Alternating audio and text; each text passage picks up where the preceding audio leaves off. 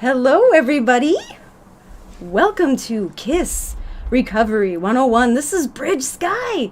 I'm going to be the host tonight, as I am many nights. And I'm going to have to try to keep my fan.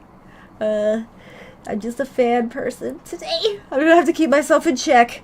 But I am so happy and excited for my guest tonight. This person I speak about, if you've been listening to my podcast, I talk about her wisdoms and how much she means to me and how much what she does. And I could go on and on. I'm not going to ramble, but I'm going to let my guest introduce herself. Guest, would you mind introducing yourself? I would be more than happy to. Hello, everyone. My name is Katie Johanneck, and I'm a licensed independent clinical social worker, and I do DBT, and it's pretty freaking awesome. It's a great program, and I'm here to talk about that, I think. Yes. Okay. I mean, that'll be the main focal point. But we can talk about lots of things. Within the hour. So listeners, please, this is a live show, Sundays, 8 p.m. Central Standard Time. So you are welcome to comment, ask questions, give us insights or viewpoints or your own experiences. Share that, and we will be able to interact with you. And but yes, I have been so excited to talk about DBT. I am too, and I'm excited to be here, and I feel honored to get to be on this podcast with Miss Bridge Sky, which I think is a beautiful name. Love it. So I think I'll kind of just jump in. Is that okay? So I want to start with what is DBT. It is a comprehensive treatment program that has 4 different pieces of it. The first is individual DBT therapy, where people use diary cards. The clinician pays attention to making sure the patient is alive, making sure the relationship is on track, helping address any quality of life interfering behaviors, working on quality of life enhancing behaviors, skills, and really just kind of helping the person reach their goals. And it also involves group skills training sessions. It's not group therapy. If you don't like group therapy, don't worry, that's not what this is. It is very much a class where we teach skills that are focused on mindfulness, emotion regulation, distress tolerance, and interpersonal effectiveness, behavior change strategies. One of the parts I really like about the program is the 24/7 coaching contacts to your individual therapist.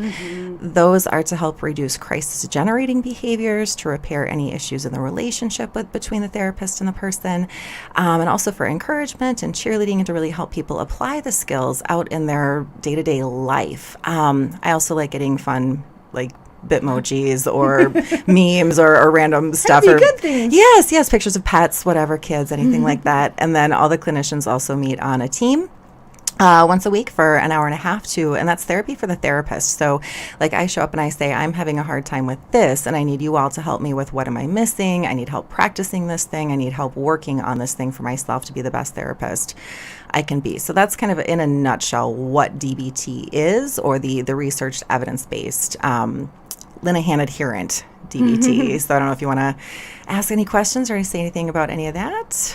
Yeah, I mean, for sure, what I liked about it, because, I had been seeing a therapist and she mentioned DBT and I had never heard about it. I liked her, and I was definitely we had good sessions, but I think she could see more than I could at the time that I needed more. And I really do like learning about, how things work. It wasn't good enough for me to just, be validated or like in another recovery program that I was working, just to believe in this higher power, spiritual thing. Yes, that's important. That was important. But I needed to understand the why, my brain and my body, and I have these emotions, what is going on? Yes. So what I loved about just right away is that there's it's constructive. Every week, every session, one-on-one that we would meet, and every class, I felt like it was a class. It is. I got to learn more about the world and how it affected me, and me how I affected the world. Yes. And I never had anything like that.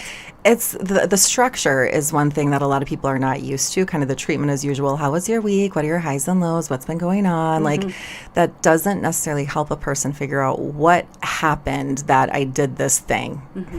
And what can I do differently to not do this thing ever, ever, ever again.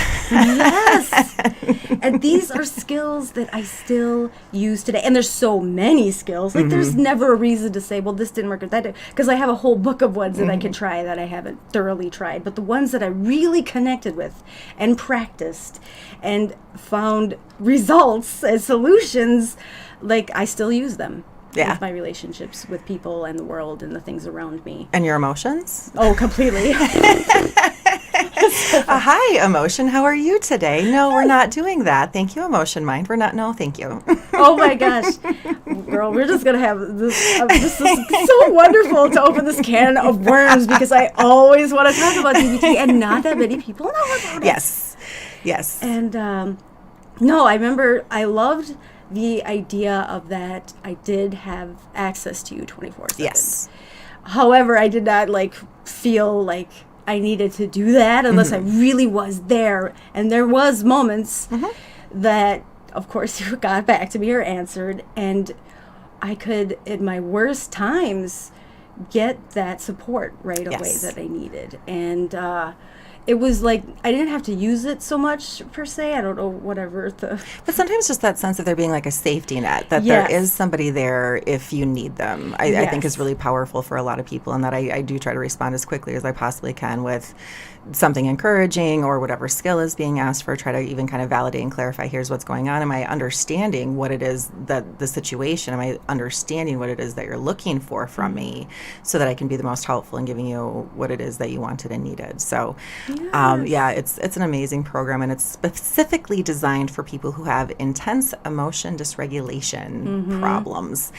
And really for a lot of people, their emotions cause problems in relationships. Like, you're angry with somebody, so you break up with them. When instead, you could use a dear man, give fast and say, hey, this thing happened. It really hurt my feelings. I'm asking you to not do that again. If you cannot do that again, this is going to go a lot better for everyone involved.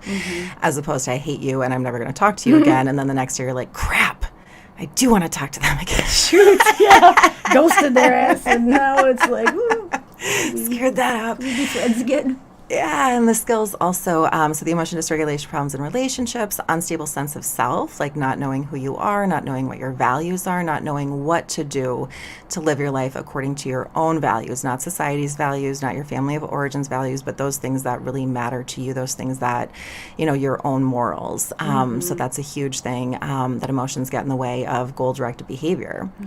Emotions, a lot of times people try to solve them or reduce them in ways that work in the short term, impulsivity with all kinds of different things, but then there's unwanted outcomes in the long term. And so we have to figure out, okay, how can I have this emotion? How can I have this urge, again, without the emotion taking over and driving the bus? So not everyone needs the full program. And at the same time, I think everyone could benefit from the skills. Yes. I think every single person on this planet could benefit from one, if not one, I'm saying many of the skills. Yes. It should be taught in schools, honestly. There is a DBT in schools manual. Really? Yes. And so if you are in a school system or you know people who are, there is a DBT in schools. Oh my gosh, that's fantastic. Because I notice, especially in the world of recovery, a lot of the participants that I work with, one of the key questions that we ask is, do you remember what age did you start using your substance of choice? And 75%, I mean, just a high number, overwhelming number of them started right at that key age of 12, 13, and 14. And when I look at my own children and myself, that was like puberty. That was when that loss of childhood innocence, where you didn't care about anything or anybody, you just kind of just enjoyed where you were, and then all of a sudden you care about what everyone thinks and what everyone is doing and not doing. And I feel like if you could catch right before that moment, maybe fifth grade, or sooner, it would just set them up for success. And they are life skills. These aren't therapy skills. This isn't analyzing, or it's looking at what works, what doesn't. And DBT2 is really based on a skills deficit model that a lot of people in their lives did not get taught how to regulate their emotions. They weren't taught how to interact effectively with another person. They were taught it wasn't okay to have emotions. Yes. especially like So, sadness or fear, like, oh, you know, in that invalidating environment. That's another thing that Marcia Linehan, the creator of DBT, talks a lot about is the biosocial theory, and that people who are born sensitive, higher intensity emotions, higher reactivity, and difficulty regulating, they get invalidated by the environment, not intentionally necessarily, but the environment doesn't know what to do. The environment doesn't, they haven't been validated. They don't know how important it is to validate. They don't know how to validate. And so that just leaves the sensitive person like, what's wrong with me? And then there's self-invalidation, and there's self-judgments, and there's oversimplification of solving problems. I should just be able to do this. Says what? right. Where would you have learned that? So, yeah. So speaking of Marcia, is it time for the clip? Yeah, let's Okay. jump into the clip. Okay. And then, okay, so this is my assistant, Sally. She just lets me know, make sure we're connected. And she's very handy tech-wise. So this is, so if you go on YouTube, I love the YouTubes. The channel is called Borderliner Notes.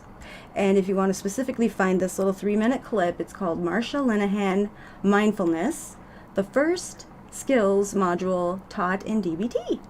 Okay, so we're going to play it right now.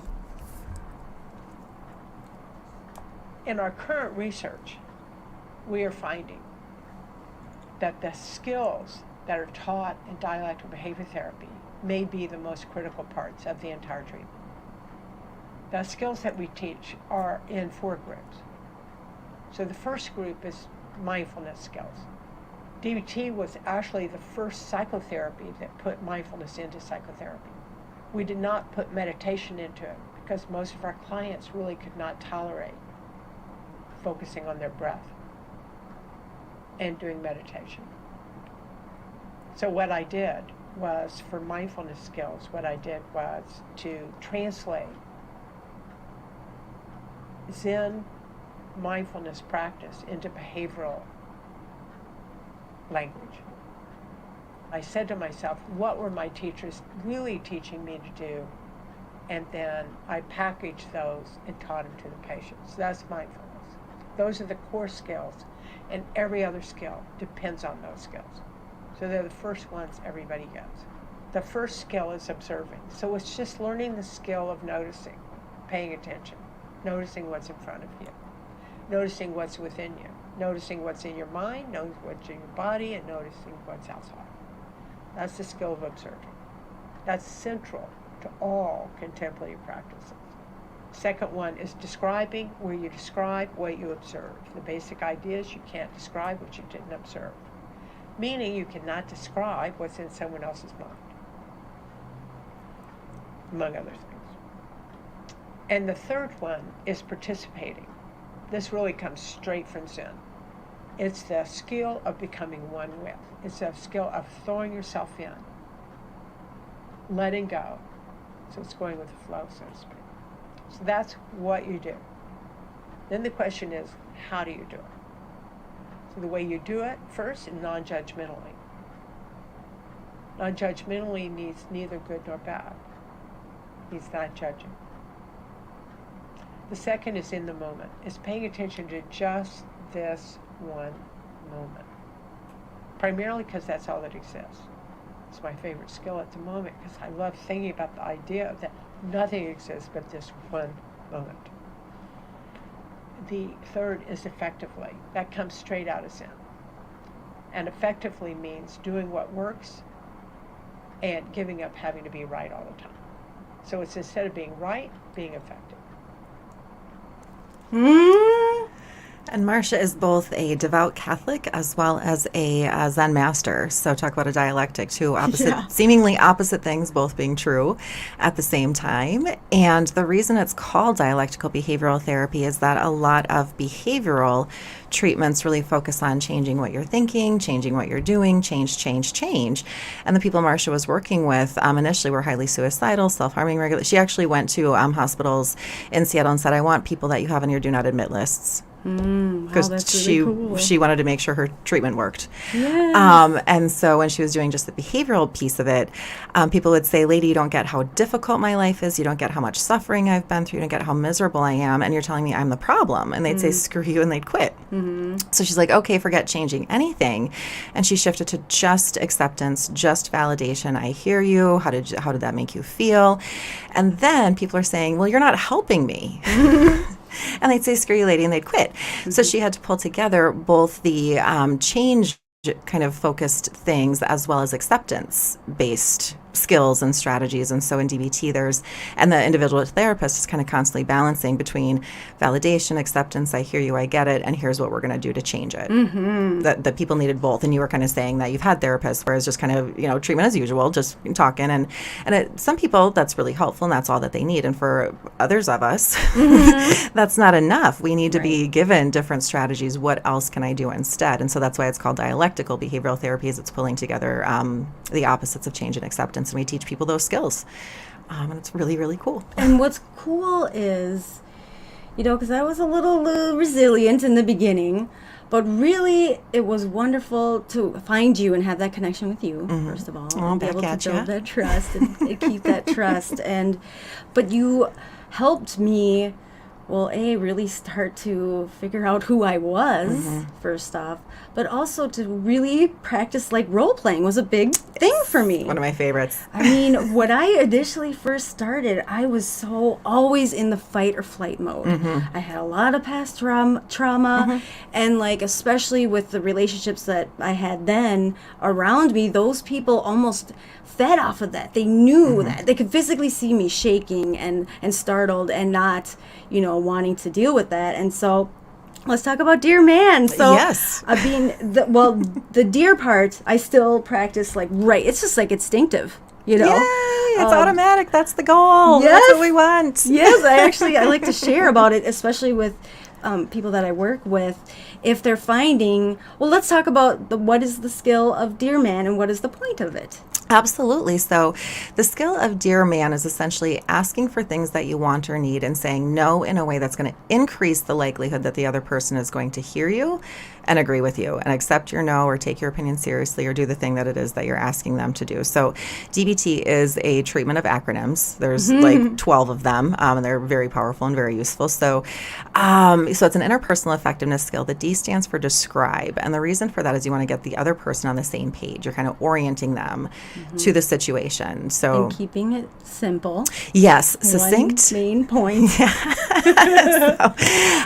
So you said you were going to do the dishes, and they're still in the sink. So that's the D, describe. Just the facts, no interpretations, no assumptions, no jumping to conclusions, no extreme statements. Just here's what anyone else could see. If there's a fly on the wall, a video camera in the room, here's what is. I love facts and evidence. Yes, and that's the same describe as in the mindfulness that Marcia briefly mentioned. The E stands for express your feelings and or opinions about the particular thing. I feel disappointed. So you're naming your own emotions. So you also, the mindfulness skills are so important so that you know what's going on inside, what's going on outside, so you can then use that information in a useful, kind of skillful way. And then your A is assert. Actually ask for what it is that you're asking for, say no to what it is that you're saying no to. In one sentence, make sure it's a direct question. Are you willing to do the dishes sometime today? When are you going to do the dishes? Yes. Getting some kind of commitment from the other person. The R stands for reinforce. Most of us are a lot more likely to do something if there's something in it for us. Right. It just is. Turns out most of us people will do that. Yes. So if you do the dishes, I will empty the litter box. Or, kind of offer another, I'd be really appreciative. It would really mean a lot to me, and kind of expressing some kind of gratitude for the person doing that thing. So that's kind of what you say. And then the man is more about kind of how you say it. So the M is staying mindful. Keep coming back to the point. Don't get distracted. Don't let the other person's attacks kind of throw you off, because then you've kind of completely lost control of the conversation. So when are you going to do the dishes? I know you're annoyed about this, that, and the other thing. I hear what you're saying on that. When are you? We can talk about that shortly. When are you going to do But yes, and a lot of times, especially with people that are defensive or combative, there's our first alarm. We're doing great on time. Right off the bat, for me, being able to catch when someone was doing that right away. And I think one of the things I remember doing is like a broken record approach. Yes. It's like bringing it back Over and and over. over. That main point. And I got so confident in it that, I don't know, I don't care about people's thoughts so much anymore. Isn't that what a relief? Yeah. Because you don't know what they're thinking anyway. That's the good news. Yes. And I'll just say, okay, wait a second. I'll give them evidence. Now, you said this and this and this, and we'll get back to that. But all I'm wanting to discuss is this one point, and I've had a person say to me, wow, I did. I was totally doing that, and you totally called me out on it. Thank you.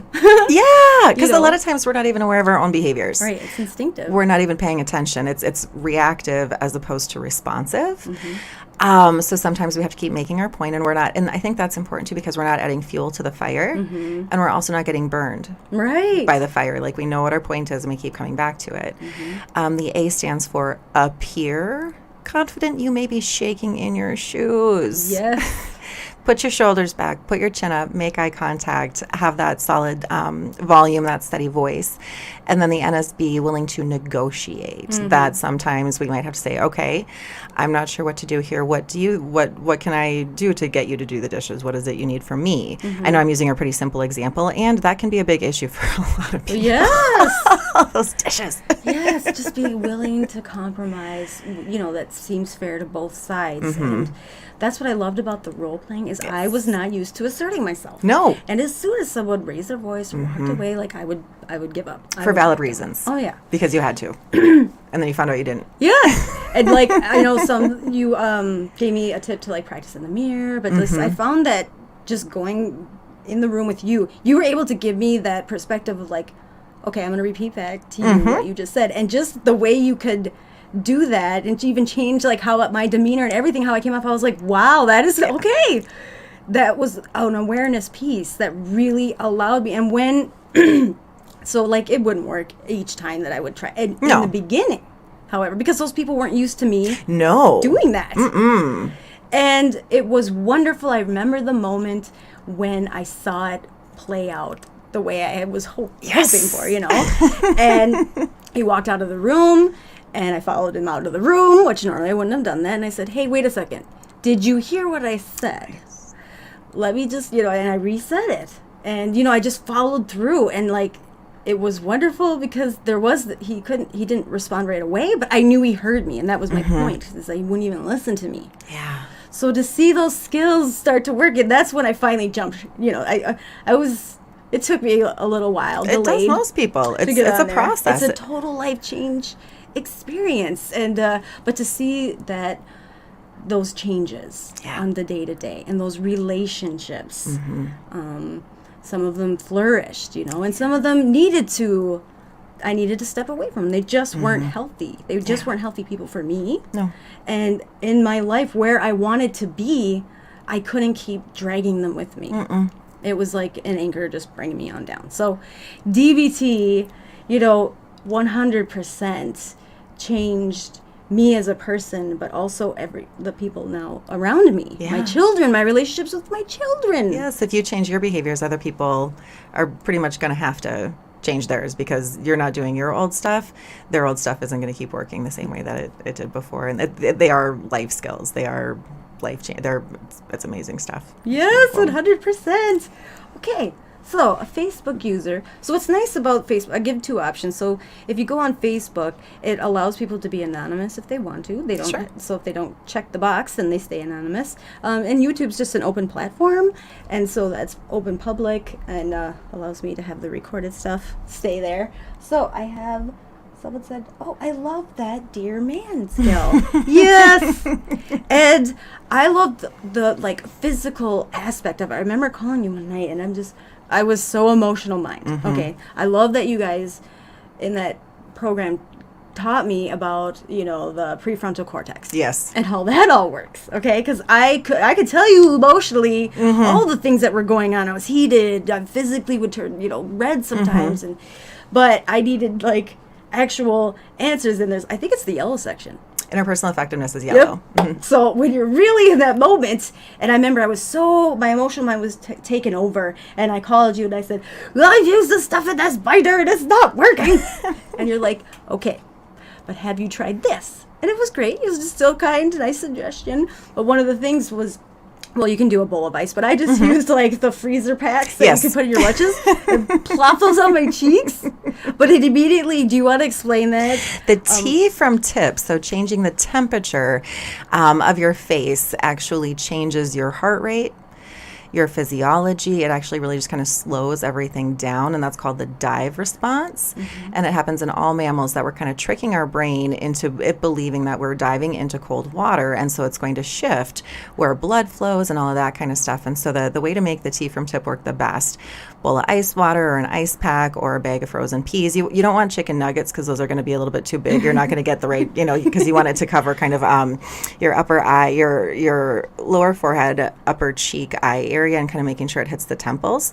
You take a deep breath, you bend over, you want your head below your heart, and then you dive into that whatever thing it is. Make sure you don't like dive so hard that you hit your head on your kitchen sink or something, so be careful of that. Yes. Hold your breath as long as you possibly can, at least 30 seconds. You come back out, you do that a couple more times, and it is going to significantly change the focus of your brain's attention. If you have a heart condition or if you're on certain medications, please check with your doctor first, because it can slow your heart rate down so much that it can actually be problematic. But if you are a person who has a lot of anger or anxiety, or you're revved up by your emotions, that is a great way to just chill the F out. And it works. Oh, gosh. Well, there was so many occasions where I wanted to believe it was true, and I went along with it, but in those moments, especially in that time period, it was one thing after another. Yes, you had so unrelenting crises. Yes. You had so much going on. And so you might not know this, you probably do know this, but I'm not going to get emotional. It's okay if you do. Okay. Yes, but you were my only person. You were my one person. And I didn't have those other people. And for you to be like, make me feel like it was a safe place, but you actually, I'm thankful to you, because you forced me to finally let myself be emotional. Yes. And I remember crying. I remember calling you, and I wasn't crying yet. I'm like, I am just so upset, and I want to cry. And you're like, Bridge, cry. I'm like, right now? You're like, yes. It's okay. I want you to feel that emotion. Sadness is human, and it's okay to be sad. And for whatever reason, in that moment, I just let go. And it was great because I didn't have to go too long. But you were just like, okay, now how do you feel? I felt great. It's just that safe place to be emotional. And that we have to allow emotions to come so that they can go. We the more we try to suppress or block or turn them off, the bigger they get, or they turn into something else, or then we judge ourselves. I shouldn't be having this. All humans have emotions. It's not about not having them. It's about learning what to do when they're there. Yes. And I remember when I was done, I loved the next question was, okay, now what do you want to do from here? Where do we go from here? And I needed that, Like I still to this day, I like having a focus. I like having a place ahead to go to and learn from and grow from. And so, like with DBT, that's always continuing. So more on, there's a lot of places you can go to get more DBT skills. And Marsha Linehan, you can just Google her, and Bridge gave you the borderliner notes. There's a man named Charlie Swenson who's got a podcast called To Hell and Back. Yeah. You don't have to listen in order. You can just kind of pick and choose. He's got, he basically teaches the skills in a podcast. It's really cool. There's a lot of other ones out there, but those are kind of my two top favorite places to get more. Do you know, what platforms? Are there many platforms that he does the podcast? I don't know. Where do you go? I type in Charlie Swenson, CharlieSwenson, To Hell and Back, and then his website comes up, and then I just pick which one I want to listen to. Again, you don't have to listen in order. If that topic doesn't appeal to you, don't listen to that one. They're kind of meant to be played as it makes sense to you. I've also emailed you some DBT short little video clips, the animated ones. I don't know, that's DBT Rutgers University or RU or something. I forget the actual website, but Bridge can figure that out and Yes, get that I to you can later. post everything's afters. I don't like to pre-post too much because it's just confusing to everybody. Sure. But of course, everything that we talk about, I like to have those direct sources for people to go find. Yes. Again, because these are wonderful things. Okay. All right. Oh, super quick, if I can. course. So one thing that makes DBT different than a lot of other programs is the structure, is the focus, is the kind of target hierarchy, as well as the acceptance and allowance of emotions, where CBT is really focused on just the thoughts and asking, is this rational or irrational? And in DBT, we don't really care if it's rational or irrational. It's a thought that you're having. It's an emotion that you're experiencing. The emotion is maybe driving the thought. The thought's maybe driving the emotion. But being able to kind of sit there and let it be and not question it or try to refute it or challenge it or anything. We don't have to do that. Mm-hmm. It can be there. Mm-hmm. And again, it doesn't have to. I've said that probably like 5 times now. I love that. And one of the big things I remember, one of those aha moments I had in the program was, I quote you a lot, by the way. Cool. So I say I'm okay this with that. to a lot of people, so anyone listening, she says this all the time. But I loved that moment, that aha moment when we were having a one-on-one session, and I'm like, but he needs to know that what he's doing is wrong, like the kids and this and that. And you're like, Bridge, you're right? I know you're right. You know you're right. But does he think you're right? Is he going to think you're right? Would you rather be right, or would you rather be effective? Yes. And it hit me Yes. like a ton of bricks. Oh, duh. And I was immediately, I'm like, of course I want to be effective. And like, it took me a few days to really process that concept. That in that moment, I mean, yes, I know I'm right for whatever reason. I'm You're right. But it's going to just go right onto his brick wall, trying to describe to him why, he's not right. Where it's effective to say, okay, I'm going to put this on pause right now. It's not going anywhere else, but I know that I can always come back to it. And I know that I want him to be able, or whomever, to be able to listen, just non-judgmentally and really hear what I'm saying. Otherwise, it's pointless. And so anytime anyone is talking to me about an argument or a debate that they've had, I say, I know you're right. Nice. You know you're right. But the other person, is it better to be right or is it better to be effective? Yeah. And that is so key. Yeah. So, and I love to wait for that perfect moment to slide in my rightness. It'll come. Oh, he's in a good mood today. He just said McDonald's fantastic. So, about that thing. Timing. Timing's everything. Okay. All right. Let's see where we're at with time. Oh, good. We're doing good on time. So, 8:32. So, if you are open to it, Yes. I figured we'll just jump into the hot seat. I'm ready to Get that- participate. get I'm that ready to throw over. myself in. Okay. So we have 2 segments on the show. So listeners, if this is your first time listening, again, I have my DBT therapist, my guru master, Katie, with us here tonight. And so the 2 segments, this one we're going to go into is called the hot seat. Sweating. Yes. Oh, I have a sound Observing. effect. Oh. I always forget the sound effect. Not So this time. it Sometimes. makes it Not sound- always. It makes it sound more intense. So there are 3 hot and heavy, more deeper questions. Ooh, deep breaths. And they're not meant to put you on the spot or Okay. make you feel uncomfortable. Okay. Really, they're meant to be, someone might be listening and someone might be asking themselves these questions. I'll tell you the truth. Some of the questions I'm asking myself, and Sure. I want to know your answer. I don't know if that's the case tonight. I forget. I write them down and that's it. But something you answer someone else might be able to connect with and Sure. find answers that they've been seeking.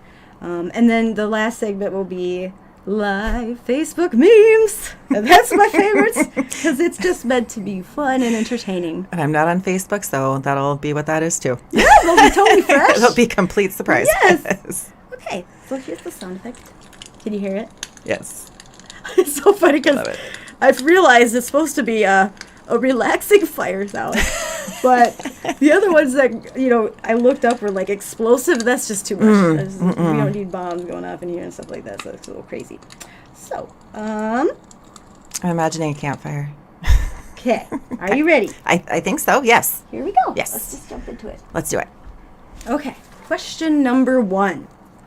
Katie. What are the biggest challenges or barriers in your field or your line of work that you face? Biggest challenges or barriers that I face in my work, I think Power off. Thanks, Sally. That's our assistant. that's a big question. I think acknowledging the courage that it takes for a person to seek mental health treatment. I think that's one thing that I want to work on and do more of, is just to really recognize the pain that people are in, the misery and the suffering and the hell that they're living in, that brings them to DBT as a treatment program, and really doing my best to put myself in their shoes, to as much as I can understand, recognize where they're at and what's going on in their life, to help them get out of hell and get where it is that they want to be going. I think sometimes I move too quickly to solutions and change focus stuff, and I need to slow down and just kind of say, holy crap. Well, and that's I love that you said that. So Brene Brown really explains the difference between sympathy and empathy. Interestingly enough, though, I stumbled upon a TED Talk where this guy says it's actually not possible to ever truly be empathetic with anyone, because you could never really have walked in their shoes, period. Yeah.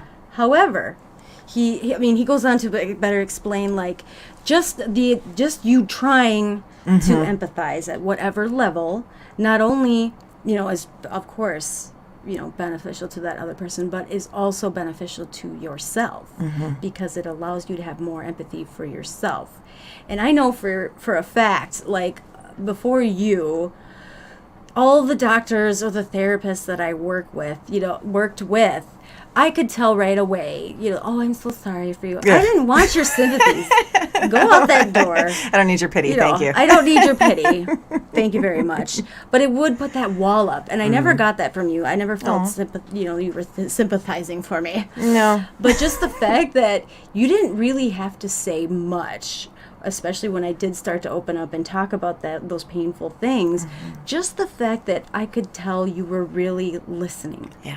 And gave me that safe place to slowly start unpacking some of that I didn't realize at the time, but that was really all I needed, And so, yeah, I love that you're just even aware. And I think that's a huge step that I find just in my own experiences, it's been a while, but a lot of the therapists that I had worked with couldn't even be at that capacity.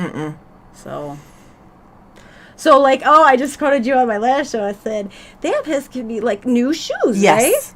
You want to say it from your own words? So, like, finding a good therapist can be like finding a good pair of shoes. You have to try a lot on before you find someone that you feel safe with, that you feel comfortable with, that you feel like you can build the trust over time. There's no reason to trust a therapist just because they're a therapist. Because it's shiny and expensive.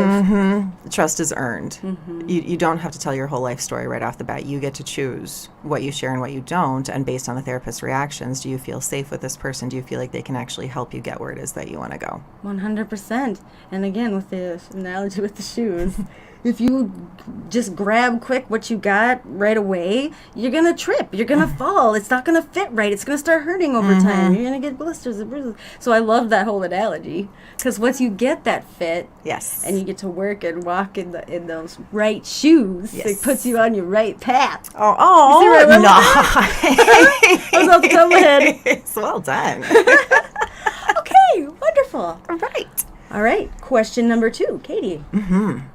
What was, here we go. I threw it right back at you. What was the biggest challenge or barrier in your life growing up? Ooh, all right. Next Digging level. in real deep. Who's the therapist now? My gosh. Probably like in my teenage years. My parents got divorced when I was pretty young, and then my stepdad, Scott, shout out to you if you're listening. You're an amazing human. I feel so fortunate that you are in my life. I had these emotions. I had these feelings and these experiences like I didn't matter and I wasn't important. And that was not anything either my mom or my stepdad ever said or did directly. It was this internal experience, and so I got really angry. And I have some guilt about some of the things that I said and did when I was younger. And I feel very fortunate to say I've not been through that many things that were really all that difficult in my life. I've been really lucky in a lot of so many flippin' ways I can't even say. But then when I hit my 20s and looking back, like, my gosh, I was an shithead teenager, and that was hard. Yeah. I had a lot of embarrassment, and so having to kind of apologize and just kind of move forward in those relationships. So I would say realizing how ridiculous I'd been. That's a judgment. Realizing choices that I'd made that I didn't agree with. Does that make sense? Total sense. Okay. Yes. And that goes into like all those fun quotes about, you can't, don't live in the past, or the past won't let you live, or definitely not like living in regrets, because you can't change the past. And what's great too is like within one of the other programs that I work with is I like to say when people are trying to make amends with people, a key thing that my mentor said to me was, but Bridge, I just want you to know you apologize once, because when you make that amends, it's not an apology, it's the action of that amends. And it resonates with you in yourself that you're making this right, whether the other person accepts it or not, or later decides to throw it back in your face. No. You apologize once because you meant it, and that's it. You don't have to keep apologizing. So, and I'm sure your loved ones are well aware of, your shitheadness, and they're fine with it. Oh, yeah. They were there. Everybody goes through their stages. We all make mistakes as humans. Learn from them and grow from them. Yes. Okay, last question. All right. Question number 3.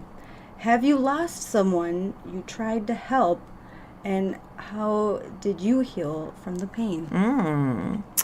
I have not, like client or like personal or like... Either or both. Okay. I've been very fortunate in a lot of ways to not have lost that many people in my life by death or ending of relationships or otherwise. But there are definitely some people that I look back like I wish they were still in my life, or I wish there was some way to reconnect. And I think one thing that helps me heal is I momentarily, intentionally and purposefully remember positive experiences that I had with that person, or I intentionally and purposefully pause and do a loving kindness meditation for that person and just send, I hope they're healthy, I hope they're happy, I hope they're doing well. Some deaths, healing by, radical acceptance that these are the rules of the universe, that people are in our lives for the period of time that they're in our lives for, and then they're not, like, nothing lasts forever. And so just knowing that change is the only constant, and knowing that even if they're gone, I still have me, and I still have a life to live, and I still have to go forward, and I have to keep going in some way, shape, or form. I think, and kind of coming back to that and coming back to my mindfulness and noticing my emotions, honoring and validating myself and what I'm going through. And then it's like inviting the emotions in for tea, but not letting them stay for dinner. Yes, I like that. They can be there for a little while, and then, okay, we need to kind of keep going. So, yeah, and I think everybody heals in their own ways, and I think it's important not to turn to impulsive behaviors or turn to things to kind of change the emotion quickly in a way that's going to cause more harm down the road. Being able to sit with that emotion and acknowledge that, and then kind of accept yourself for being a human who's having emotions. Absolutely. And I remember, like, talking with you and just saying, I know, especially when I'm really on that wave of emotion, I know it's just temporary. Yes. In the moments, my mind is like, yeah, it's not going to be temporary, we got to fix this. But I kept telling myself till I became comfortable, like, this will be temporary. I know this, like talking to myself. Yes. And at the end of that wave of that urge or whatever, that's where I started to really build confidence in myself and my abilities, because I'm like, wow, I did it. Yes. I can do this. And now it's flipped so much for me that when those challenges and barriers keep popping up, they will. Life is just gonna keep happening. For me, I look at it as like, okay, here's an opportunity, a challenge, and it might take a lot longer than I want it to, but I know there will be a lesson in it. And I know that I can overcome it in whatever way it's going to be worked out. But every time I've survived whatever, little T's, big T's, Yeah. That's give me that lived experience, to share with others, connect with others, and also just for me to love myself more. Yes. So yes. Okay, so before... Those were some toughies. Wow. All right. Was that intense? That was too bad. You did great. Thank you. See, the listeners can't see us, thank goodness. I wouldn't want them to see what's going on here. But they did. I could not feel any wave of intense nervousness, anything, anxiety from you at all. Well, cool. You are a professional. Turns out. Doing the best I can with what I have in the moment I'm in. Yes. As we all are.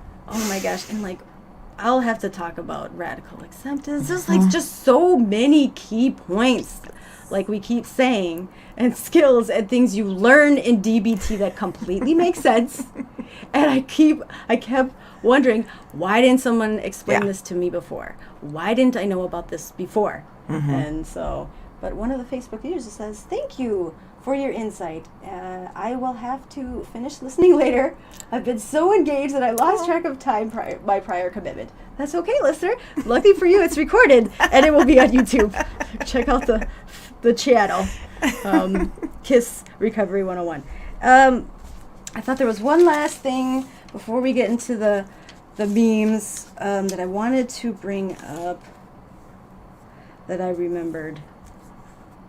But is there anything before I go into rambling mode that you wanted to bring up? Like, what's your favorite thing to teach? Oh, all of it. Yes. Is there like a class you're like, oh, I'm so glad? Because I remember for me, like Marsha says in that clip, she's absolutely right. Meditation was not my jam. No, it's not for everyone. I It's painful. could not do it. But I loved that at the beginning, especially just having that focused meditation, like looking at something, not closing your eyes, and whatever. No, don't do it. Looking at picking whatever you're going to be looking at. Focal point. Yes. And we would do different ones each week. Yes. And some I liked and some I didn't. But that was a great way for me to segue into real calming meditation now, just the breathing exercises. So you do want to talk about any of the meditations that you like to go back to or replay? Or? Well, I mentioned earlier loving kindness meditation. That is one I find incredibly helpful. And it's basically sending a set of wishes, first to yourself. So may I be happy, may I be healthy. Then to someone that you already love, may my mom be healthy, may my mom be happy. And then someone that you admire or respect. So may Marsha be healthy, may Marsha be happy. Then someone you're maybe feeling neutral towards, like a person at a gas station, or someone that you see but don't really know very well, may they be healthy. And then someone maybe you're kind of irritated with that you want to relate to with more kindness and compassion. And then finally, all living beings. And I just find that one calming, and meditation, mindfulness is not about being calm. That is not the reason to practice mindfulness. The reason to practice mindfulness is to pay attention on purpose to what's happening in this one moment so that you can make more wise mind decisions that are going to help you reach your goal and attend to healthy relationships. And when you know what's actually going on as opposed to reacting to your own thoughts and your own interpretations, your own judgments, your own assumptions, it's amazing how much freedom that can give you, and not judging yourself and not judging others. So right now we are going into emotion regulation. I love teaching the model for describing emotions, like explaining that an emotion consists of these various components, like a prompting event, either inside or outside. That might go right into a biological changes, neural firings, brain changes, action urges. If you have the prompting event, that might go into an interpretation. You might have a thought about it, or you might have a judgment or something. You might have pre-existing vulnerability factors. Maybe you didn't sleep well. Maybe you didn't eat enough. Maybe you ate too much. Maybe you're sick. Maybe there's just these other things going on that are making you more vulnerable in that moment. Maybe you don't have enough positive things in your life. Maybe you're not living according to your own values. Maybe you don't kind of build mastery, do things that are hard, or kind of cope ahead for difficult things that are coming. And those things can all make us more vulnerable. And then we go back through all the arrows and the circles and the arrows that go back and forth between each box. And then it gets to expressions and actions. Then it goes to an emotion. Then we have after effects or secondary emotions, and just seeing kind of light bulbs go on for people. Yes. Whoa. Like emotions are full system, complex, involuntary responses. And it's not about not having them. It's about figuring out, what do I do with this thing? Yes.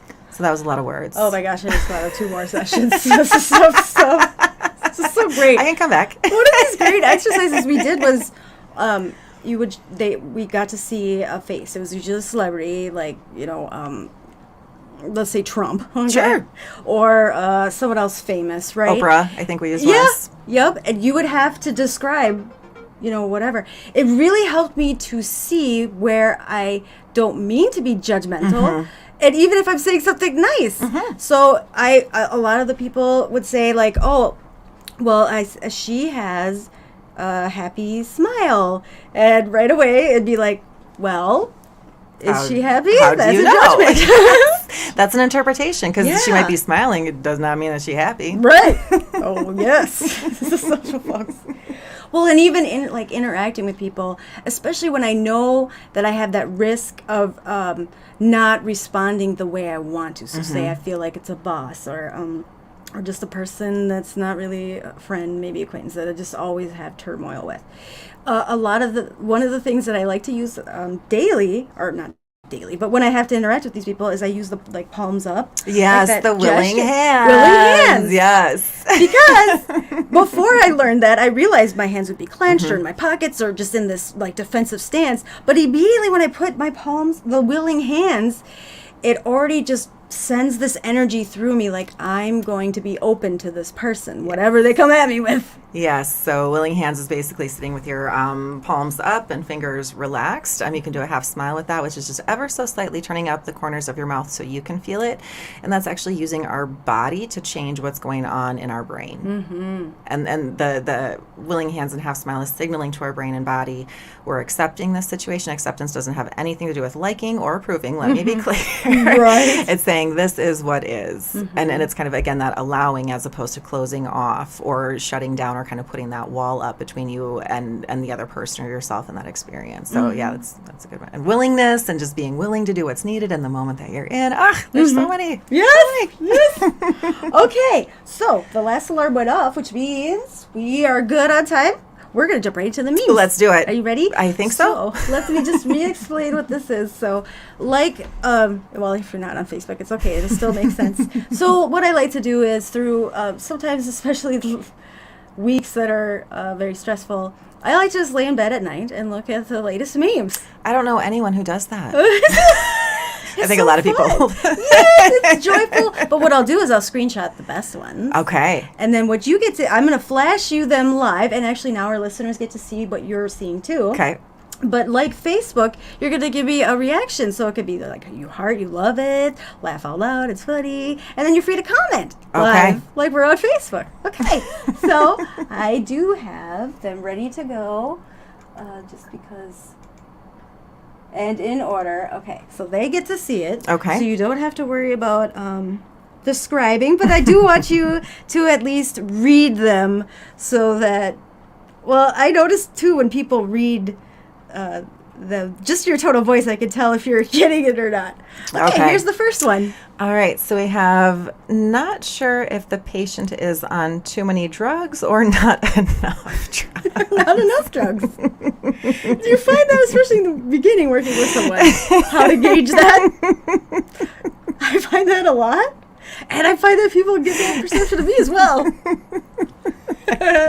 That's entertaining. And in DBT, we're very skills focused, skills and pills if they're necessary. So I'm just looking at his eyes. It's I forget his name, but in the show he's on. Futurama, dude from Futurama. Yes, so yes. Just the eyes, squinty eyes. And I've actually had someone say to me after a podcast, I won't say which guest said it to me, but he was like, "Are you on medications?" I'm like, "No." What was this supposed to be? He's like, "Oh, I was just you're so full of energy." I'm like, "Because I like what I'm doing here, sir, and I'm not going to take that personal." Good job standing up for you. Yeah. Your fast skill. Ooh, I love, okay, so these ones are great. They're just words. Okay. Trauma? Oh, you mean the reason I'm fucking hilarious? That's where I'm at now. I have a person newer that I've just recently started working with, and a lot of people do use humor to cope with or tolerate or not have the trauma destroy them every moment of their lives. That we can laugh, we can cry, we can yell, we can scream, and sometimes laughing is going to help us move forward and not get stuck and bogged down, especially if it's not the time or place to be having a flashback. Absolutely. Oh my gosh. And especially when I do share like my story or my lived experience, I like to crack jokes on myself because I need to see that humor, you know, and show that, yes, these were traumatic things that happened, but as you can see, they don't bog me down anymore. They don't define I can make a little joke, and it's okay because it's a joke at myself. Yeah, so if you're okay with it, if it's working for you. Yeah. I gotta repeat it. Trauma, oh, you'd be the reason I'm fucking hilarious. Thank you. Okay. This is just cause. All right. I'm old and I'm tired. Please do not play me. It's like a piano. But I think it's relevant. I like that a lot because sometimes, we could just get worn down. And I think the do not play me, like, don't mess with me. Don't fuck with my shit. Exactly. I'm here, like, as a DBT clinician, I'm here to do my best to help you the best way I possibly can. I'm going to make mistakes. But I like that. Honesty is the best policy. Like, the only person you're playing is you're playing yourself. You're wasting your time. Okay. I tell people that a lot. Like, you can lie to me, but that's not going to help you get the help that I can give. And I think that, and I say that quite a bit, that the more honest you are with me, the more help I can give you, and the more we can help you reach your own goals. And I remember that key moment when I threw my hands up, because you're like, so Bridge, what do you want to focus on today? And I threw my hands up and said, I don't know, Katie. You tell me what we should focus on. It's just a bad day, overwhelmed. And I just loved, and your most pleasant, response was, well, Bridge, you don't have to do this. You don't have to be here. You don't have to, this was your, decision to be here. And, you don't have to continue on. This is what you want to make it. And after I left that session, I realized I was an asshole. I wasn't judging. I know. And I realized, like, you're 100% right. Like, I really want to change. And I'm just done. Nothing changes if nothing changes. I'm just done. I'm sick and tired of being sick and tired. And so I realized, like, okay, we're just going to do this. And some days I might not feel like it, but I can still do the work. I can still show up. Yes. So but I just remember your face, like, you don't have to be here. This is your decision. It's your life. All right. People are not addicted to alcohol or drugs. They are addicted to escaping reality. Yes, 100%. Absolutely. And that is one of the reasons people do so many things that, again, it works in the short term. In this moment, I'm in pain and I want that pain to go away. So I'm going to go shopping. I'm going to overeat. I'm going to pull the covers over my head. I'm going to zone out to whatever. People have all kinds of ways of escaping reality, and that works for a little bit. And unfortunately, reality is still there. Yes. And sometimes we've made it worse, and now there's a bigger mess that we have to clean up than if we'd just not made things worse in the first place. Yes. And especially my thoughts will go wherever they're going to go. Just bringing them back is They're going to do that. But I know when I'm, especially in a moment, and I know sometimes I don't even realize it. I get so distracted, or I get so quick to worry about everybody else. When I realize I'm having those thoughts that I hadn't had in a long time, I'm like, what am I trying to escape right now? Then I got to sit down and make myself process, because my brain is just so wired to just escape, run away, don't deal with it, distract myself. And so, but when I want to have, like, target behavior, whatever issues, I'm like, okay, what's really going on? What emotion, what prompting event, what set this off? And 9 times out of 10, just even openly talking to someone about it, not making sense or whatever, eventually it makes sense to me. But that, getting it out of my head. Yes. And my heart. Makes all the difference. And I think journaling can be a great way to do that. You don't have to post everything on social media. No, please don't post it. I don't post none of that. It's okay to just journal. Just write it in a book with a pen and a piece of paper. Diary, lock it up. It is there. And it will pass. Whatever is happening at some point or another, something else will come into your sphere of awareness. And that thing won't be the main focus anymore. That's the good news. And that's what I loved about, eventually I loved about those daily, the diary cards. Yes. because, I check the boxes and do that daily, but I just actually described this to my son about journaling, and Sure. I kind of stole or borrowed Great. some of the elements from those Please. daily diary cards. Take the whole thing, whatever you want. Yeah, I was like, it doesn't have to be overwhelming, honey. But if there's something significant in your day that really stood out to you for whatever reason, good or bad, but something that you definitely want to process, write it out. Yeah. So like a day could be simple where you started, you were in a great mood, and then you ended like it was an okay, or maybe an interaction with another student, or your siblings, or a teacher got those emotions going or whatever. Write that out and let's talk about it. Absolutely. So fantastic. It's just I told you I'm a fanatic. I could go on with this. Okay, this is of course funny. Okay, therapist, any suicidal thoughts? Me, only the normal amount. Therapist, the normal amount is 0. Me, oh. Looking, eyes going side to side. No comment. I actually disagree with that. I think most people have suicidal thoughts at some point in their lives. Yes. Again, that's the brain's way of escaping pain or difficulty or embarrassment or some kind of emotion. And so I kind of disagree. Yeah. Because people have suicidal thoughts. That's not right or wrong, and that's not good or bad. It's a thought that is being experienced in the universe. And we don't have to take it seriously. We don't have to, surprise, surprise, everyone, we don't have to act on every thought that we think. Whoa! I encourage you not to. On the first thoughts, at least. Write out a pros and cons, get into your wise mind. So that kind of bothers me a little bit. Yeah. To be honest. And I hate the word normal. There is no normal. Okay? But yeah. When I initially looked at that, I thought of myself, because I know, before you, I had been interviewed and filled out surveys and all kinds of things for many people. Yeah. And I just knew what not to say. Right. Because people get worried. People freak out. Oh, do you need to be hospitalized? Do you need to go to the emergency room? Like, there's very little research that hospitalizations actually reduce suicidal ideation. They might keep you safe for a short period of time, but then it doesn't actually treat the problem. Right. It might keep you safe, but it's not a way to have a life worth living. Absolutely. Being locked up is not much of a life worth living. Oh my gosh, no. Yeah, and so I life think worth living. Yes, life worth living goals, and like you have yours, and you're doing it. I'm so freaking proud of you. Yeah, if you would have told me 2-3 years ago I'd be sitting here where I am today, I would have been like BS. So, okay.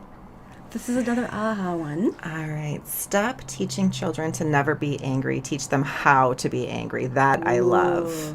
That I think is so powerful. And it frustrates me when parents say to their kids, "Oh, calm down." Like, if I knew how to do that, I would. Thank you. Right? Yes. I don't know what to do to calm down right now. And I think that's where, there's lots of skills. And so teaching kids and letting them know it's okay to be angry, that emotions are information. Anger is usually signaling that our values are being gone against. Things aren't the way that we, quote unquote, think they, quote unquote, should be. And so when I can check myself when I'm noticing anger and I'm like, okay, what is it I think should be different? Oh, it's that. Well, it's not. What are you going to do? I don't know yet. I'll get there. But yeah, kind of what to do with that as opposed to just stuffing it and that it's wrong or bad to be angry. Because usually if kids are having emotions, there's something really, for adults too and grown people, like there's something causing that emotion.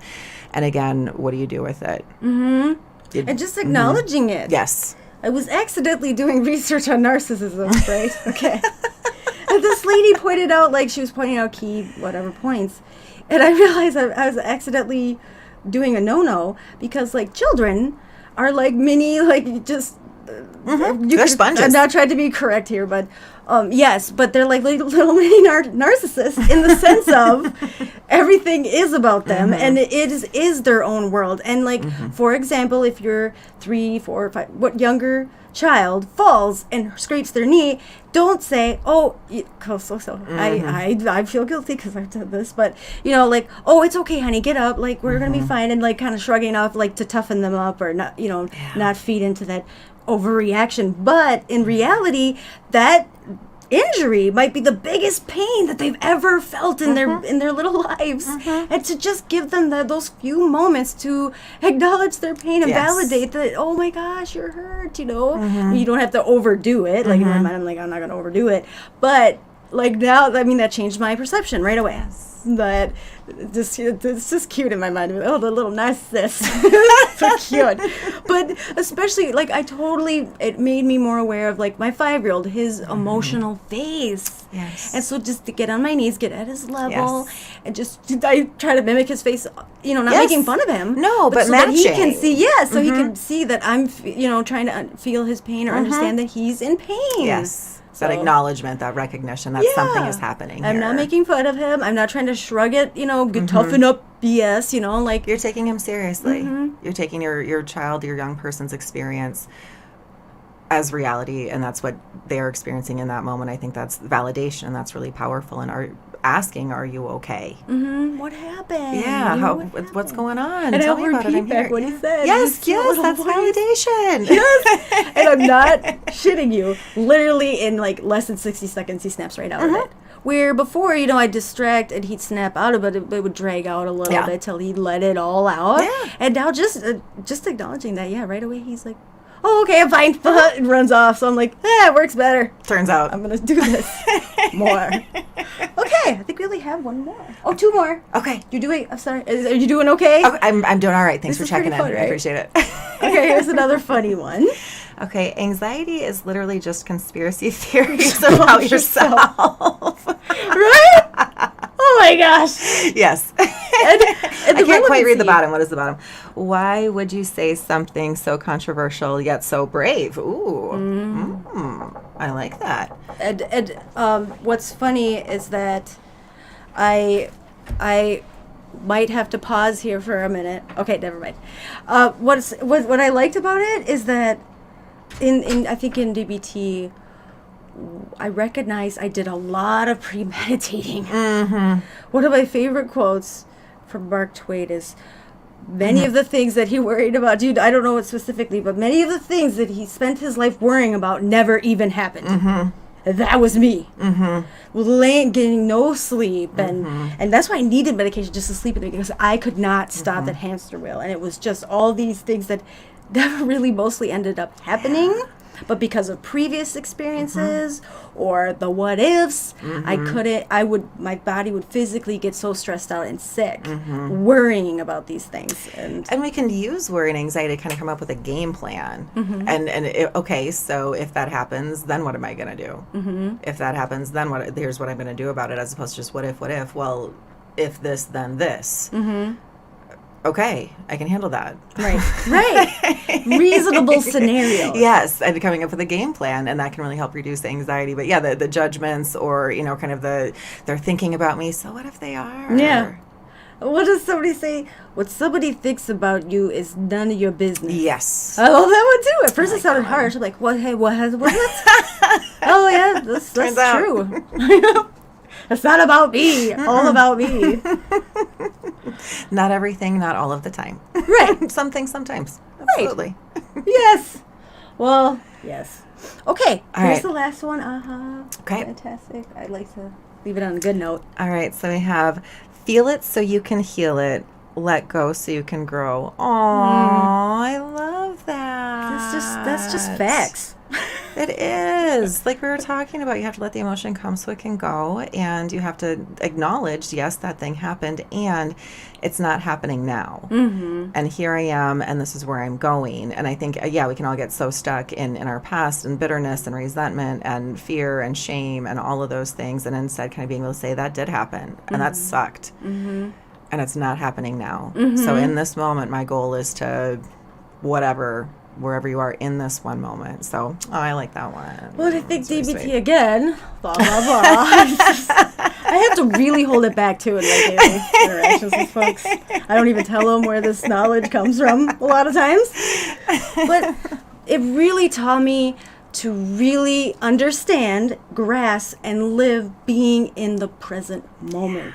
That's all we have. And how precious that is. And I know that I remember a conversation with you. Oh, because I had endless nights of insomnia, and I'm just like, I can't shut it off. And there was like this mindful practice that I started to use at night, just breathing and helping me like slow my brain down. And I remember you said something to me like, and I would just at night say it to myself like, this is not something you can do right now in your bed. So stop worrying about tomorrow. It sounds weird, but it's so the truth, and it still will happen. Like, oh, tomorrow I gotta do that. Bridge, you're in your pajamas, in your bed, no bra on. You ain't getting up to do nothing right now. So stop thinking about it. You can't do anything about that. Come back to your breath. Come back to your body. Notice the pillow. Notice your the sheets, the bed that you're laying, and come back to this one present moment. And physical sensations can be a great way. When I'm going about my day, I often come back to the sensation of my feet on the ground. And that kind of just brings me back to the here and now, as opposed to wherever my brain is trying to take me, or whatever is, kind of mental activities are happening. Like, this is where my feet are, this is where my seat is. Here I am, what am I actually doing right here, right now? 100%. And that is a useful skill as someone with ADHD, especially like at an important moment, like a meeting or an interview or a point where I'm really trying to listen, but my brain doesn't want to cooperate. So I'll literally say, okay, this chair, I'm sitting in this chair, just feeling the parts of my bodies and connecting with my present moment helps my brain to get back on track and focus. It's giving your brain puppy something else to chew on. Yes. Oh, I love that. A bone or a toy instead of the shoe or the garbage. Yes. We got to give our brain puppies chew on what we want them to chew on, not what they themselves think they want to chew on. Yeah. Oh, yes. Squirrel. Squirrel. Stop it. Okay, well, any final thoughts or just thank you again so much for having me on. Do we have any other comments or anything else we need to attend to? Let's get back to the comments. That's a good point. Anything going on over there? Oh, yes. Okay, sorry. There is. Thank you for inviting me. Yeah, I got it. I tried to get a co-host. Wink, wink. One of these days. When someone has that time and commitment. Okay, so let's say, what if a person is about halfway through the program and losing interest or motivation? Are there ways to make it more interesting? Practice ideas to incorporate some of these more naturally into our daily activities. Sure. So the question is, you're halfway through the DBT program, you're kind of losing interest, or it just doesn't seem as riveting and fascinating as it was the first time, which is true of most things, by the way. Our brains love novel, new stimuli. I would say talk with your therapist and let them know that's where you're at and that's what's going on for you. I think that's pretty common for most people. It is a year-long program. And so for most people, somewhere between like 3 to 6 to 9 months, it's like, I got the skills, I get it, I don't need to keep coming to group. Like, yes, you do. And I would say, like, rivet yourself to the here and now and look at, okay, here's my situation. What skill can I use right here, right now, given what's going on? No matter what the situation is, there is a skill that you can use. And maybe it's radical acceptance. Maybe it's willingness. How to get it to be more automatic in your life? It's practice, practice, practice. It's repetition. It's generalizing in the therapy office, at your work, at your school, in whatever relationship. When you're driving, driving can be a fantastic mindfulness practice. I'm just driving. In this one moment, the only thing I'm doing, my hands are on the steering wheel, my feet are on the pedals. It's not always fascinating. It's not always, life isn't always exciting, sorry. Most of it's pretty boring. Yes.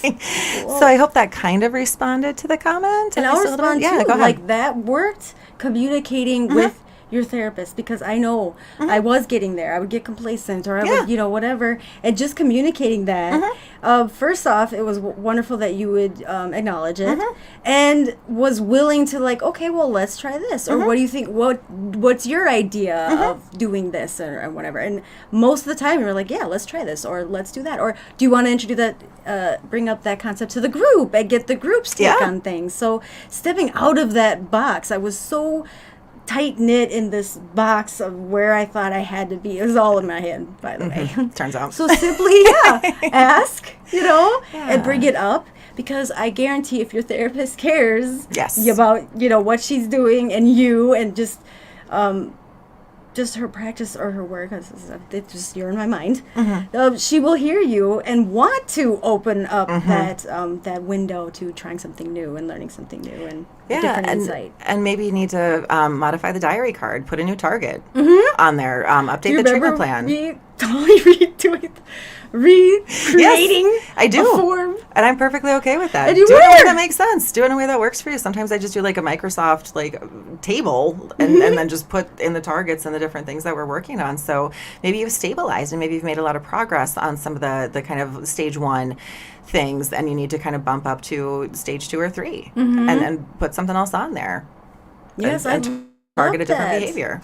You know, because especially halfway or whatever later on through, I didn't want to be asked that same question. And you were totally open to it. It was still a similar question, but for me, like, I needed to feel like I was making that growth. Yes. And it was a question that I wanted to answer and was, like, more relevant just for me, you know? And so, yes, 100%. So I feel like if you get that therapist that's like, no, and no, mind you, whatever, then you just need to move on to a different therapist. Or bring up their therapy interfering behaviors. Usually DBT therapists, well, effective ones anyway, they're open to feedback. One of our agreements is the fallibility agreement. We've probably done whatever problematic thing it is that we're being accused of doing. So we don't have to get defensive. Like, oh, I did do that, and that didn't work very well. Well, can we? What else can we try? How can I fix that? What else can we do? Right. Oh, wait, you have your little team meeting. Yes. Of all the therapists. You all can get together and talk shit. No, I'm just kidding. We don't get to make judgmental statements about our clients, ourselves, or other people. Love that. Yes. But, you know, so I love that. I just, yes. And, What else? Other oh, comments there's here? one. Okay, so it says, so I think my personal therapist is great. However, there are 2 in my class, and one is just kind of condescending. Oh, Ooh. get that tone. Makes me cringe. Ooh, that sucks. Interesting. So that people are people. And I think keeping in mind the function of the group is to learn the skills. The goal of group is for us to teach you the skills, for you to acquire them, for you to kind of be able to go out in the world and use them. If she's saying or doing things that you feel are, observable and describable, I would say maybe ask if you could have a meeting with her. Or talk with your individual therapist about how to talk to the skills trainer and put together kind of a dear man, and being specific on what is it that she does that you experience as condescending, so that you can really describe more accurately for a specific behavior change. 100%. I was thinking, like, have that specific thing. Maybe it's rolling their eyes. Maybe it's, it could be something really small. They might not even recognize that they're doing, or maybe they're aware of it. But putting it on the table and saying, when you do this, or how you say this is how I'm perceiving it, at least allows an opportunity to fix it. And then, of course, based on their response, you can go from there. And some people just have resting bitch face. Yes. It might not be intentional. It might not be purposeful. And again, like you were saying, maybe she doesn't know that she's doing it. And so kind of giving her that feedback and talk with your individual therapist about how to, and maybe have a meeting with your individual therapist and the skills trainer, so that you have that support and that coach and that guide kind of right there. I hope that helps. Yes. And I think just saying, like, it makes me feel this way is a way to, well, figure out why, where that's coming from. But also, like, that therapist might be like, oh, shoot, I didn't even realize, because you can't, feel other people's feelings. Can't read their minds. That was another big thing we learned. Like, nobody's a mind reader. Nope. Especially in relationships. Nope. He should have known. Well, he can't read your mind, Bridge. But there's no buts. So, well, I thought I made it obvious. Well, that's your first problem. You thought. Okay, so I think that's it. Okay, wonderful. Well, thanks again, Katie. Yes, thank you for having me. It's been an honor. It was an honor to be with you on your journey, Bridge. And I'm so proud of you. And thank you to all the listeners out there. Keep listening. She's a great host. Well, thank you. And thank you, listeners, for participating. Do you want to give where they could find you, or where they could do the DBT program? For sure. So I can be reached directly at my office number of 763-503-3981, extension 111. We have a website. It's dbtassociates.com. There's a lot of information about DBT. You can check out neabpd.org.